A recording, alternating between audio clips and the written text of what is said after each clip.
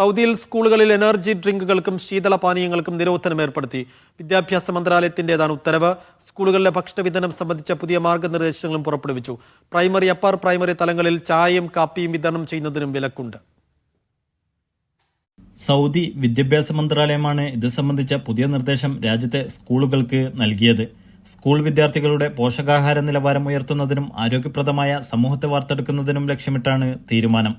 Energy ഡ്രിങ്കുകൾ, carbonated ശീതളപാനീയങ്ങൾ, 5% കൂടുതൽ പഞ്ചസാര അടങ്ങിയ പാനീയങ്ങൾ, വിറ്റമിൻ ഫ്ലേവർ, സ്പോർട്സ് പാനീയങ്ങൾ, തണുത്ത ചായ, 30% താഴെ പഴച്ചാറുകൾ അടങ്ങിയ പാനീയം, നിറങ്ങളും പ്രിസർവേറ്റീവുകളും അടങ്ങിയ പാനീയങ്ങൾ എന്നിവയ്ക്ക് രാജ്യത്തെ സ്കൂളുകളിൽ നിരോധനം ഏർപ്പെടുത്തിയതായി മന്ത്രാലയം അറിയിച്ചു.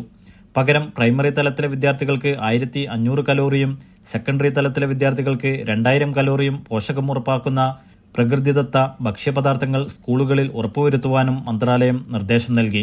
പ്രൈമറി, അപ്പർ പ്രൈമറി തലങ്ങളിൽ ചായയും കാപ്പിയും പൂർണ്ണമായും നിരോധിച്ചു.